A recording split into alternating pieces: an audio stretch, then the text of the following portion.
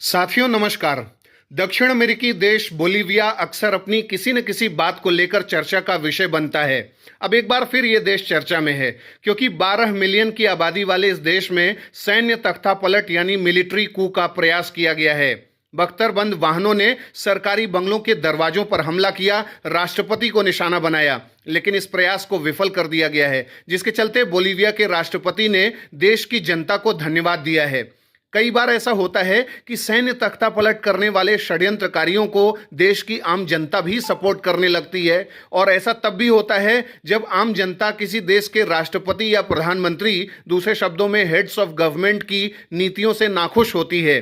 किसी देश में बेरोजगारी, निर्धनता, विदेशी खरीद, राष्ट्रीय संसाधनों के साथ समझौता आदि मुद्दों पर जनता की नाराजगी बड़े विरोध प्रदर्शन में बदल जाती है। इसी आधार पर बोलीविया के राष्ट्रपति ने देश की जनता को धन्यवाद किया है। इसके साथ ही बोलीविया के आर्मी जनरल कमांडर जनरल जुआन जोस जुनिगा को गिरफ्तार कर लिया गया है। इसके अलावा तख्तापलट करने आई सेना को पुलिस ने वापस भेज दिया है। देश के अटॉर्नी जनरल को जिम्मेदारी सौंपी गई कि जांच पड़ताल करो भाई इस मामले में, और उन्होंने जांच पड़ताल की तो यह पाया गया कि आर्मी जनरल ही षड्यंत्र कर रहा था। इसके साथ ही बोलीविया के प्रेसिडेंट ने देश के नए आर्मी कमांडर की नियुक्ति करने की बात की है। राष्ट्रपति महल के अंदर राष्ट्रपति ने जोस विल्सन सांचेज को सैन्य कमांडर के रूप में शपथ दिलाई, जिसके बाद उन्होंने शांति और व्यवस्था बहाल करने का आह्वान किया। साथियों, इससे पहले 2019 में बोलीविया में हुए पॉलिटिकल क्राइसिस में बोलीविया के तत्कालीन राष्ट्रपति को पद से हटा दिया गया था, और अभी जो ये घटना हुई है उसमें राष्ट्रपति भवन में सैनिकों के धावा बोलने के कुछ ही घंटों बाद यह गिरफ्तारी हुई है। बोलीविया की सरकार और अंतर्राष्ट्रीय नेताओं ने इसकी निंदा की है। बोलीविया के सशस्त्र बल लापाज में राष्ट्रपति भवन से वापस लौट गए हैं।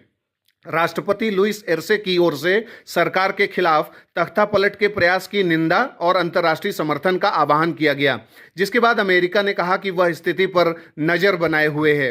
अब बात उठती है कि यह तख्तापलट क्यों हुआ। साथियों, 2020 में पदभार ग्रहण करने के बाद से राष्ट्रपति आर्से ने एक संकटग्रस्त सरकार का नेतृत्व किया, जो वामपंथी और दक्षिणपंथी दोनों के दबाव का सामना कर रही है। उनके नेतृत्व में सांता क्रूज जैसे प्रांतों में दक्षिणपंथी ताकतों ने उन उपायों के खिलाफ घातक हमले किए जिनके बारे में उनका मानना है कि उन्हें सत्ता से दूर रखने के लिए डिजाइन किया गया।